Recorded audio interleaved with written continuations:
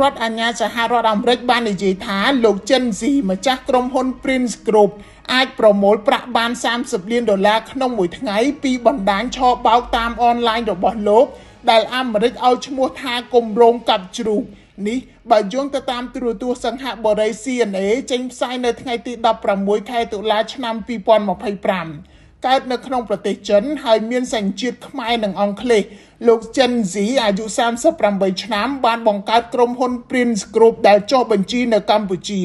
ក្រុមហ៊ុននេះបានវិនិយោគលើសពី$2000 លានអាមេរិកលើវិស័យអចលនទ្រព្យធនាគារនិងមានអាជីវកម្មនៅជាង30ប្រទេសនៅកម្ពុជា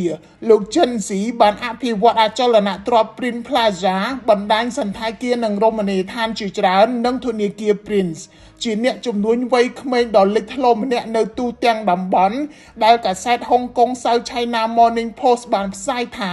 គ្មានអ្នកហ៊ានប៉ះនៅថ្ងៃទី14 ខែតុលាឆ្នាំ2025តុលាការអាមេរិកបានចោទប្រកាន់លោកចិនស៊ីពីបទសំគំនិតក្លែងបន្លំឆបោកតាមអនឡាញនិងលាងលុយកខ្វក់ដោយបានធ្វើប្រតិបត្តិការមជ្ឈមណ្ឌលជួញដូរគ្រីបតូคล้ายៗតាមអ៊ីនធឺណិតនៅទូទាំងអាស៊ីអាគ្នេយ៍អាមេរិកបានរឹបអូសគ្រីបតូពីបណ្ដាញប្រតិបត្តិការរបស់លោកចិនស៊ីក្នុងតម្លៃ$15,000 លានខណៈដែលអង់គ្លេសបានបង្កកទ្រព្យសម្បត្តិ$16 លាននៅខាងជើងទីក្រុងឡុងលោកចិនស៊ីមិនទាន់ឆ្លើយតបការចោទប្រកាន់នេះទេចំណែកលោកទូចសុខៈអ្នកនាំពាក្យរងក្រសួងមហាផ្ទៃកម្ពុជានិយាយថា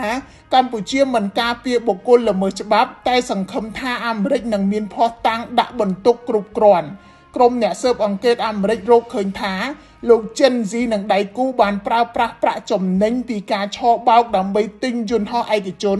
ទូកទេសចរប្រណិតនិងគំនូរពីកាសូដែលមានតម្លៃរាប់លានដុល្លារនេះបើយោងទៅតាមកាសែត Washington Post យោងតាមទូរទស្សន៍ CNBC លោកចិនស៊ីនិងបណ្ដាញនៃនាយកប្រតិបត្តិកំពូលនៅក្នុងក្រុមហ៊ុន Prince Group ត្រូវបានចោទប្រកាន់ថាបានប្រើប្រាស់ឥទ្ធិពលនយោបាយនៅក្នុងប្រទេសជាច្រើន